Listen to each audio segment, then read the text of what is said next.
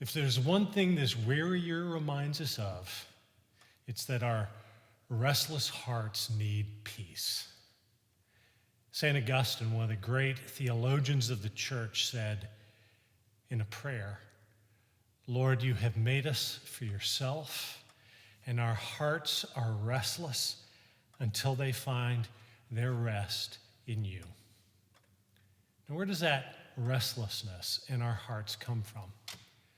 Well, as Augustine said, God made us for himself.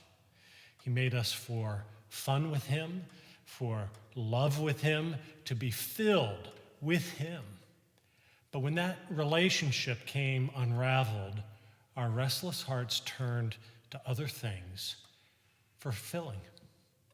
We think that love or beauty or control or success or acclaim, pleasure, will fill that empty feeling inside. And so we pursue that beautiful woman, that dream job, to have that gorgeous house or that gorgeous body. We think that altruism or activism will settle our hearts. Or more likes and followers in social media, or hanging out with the cool kids, or having another zero or two in our retirement account. And it's all good, but for your heart, it's not good enough. You see, your heart needs the Father, Son, and Holy Spirit. Our hearts are restless until they find their rest in you. We've seen how that works this week, right? Standing with God in the sin offering, surrendering to God in the burnt offering. Well, let's talk today about being satisfied by God in the peace offering. You see, back in the garden, life was all about abundance of everything: food, fellowship with God, with one another, with all God's creatures. The fruit of all the trees was offered as a perpetual banquet by God for his people.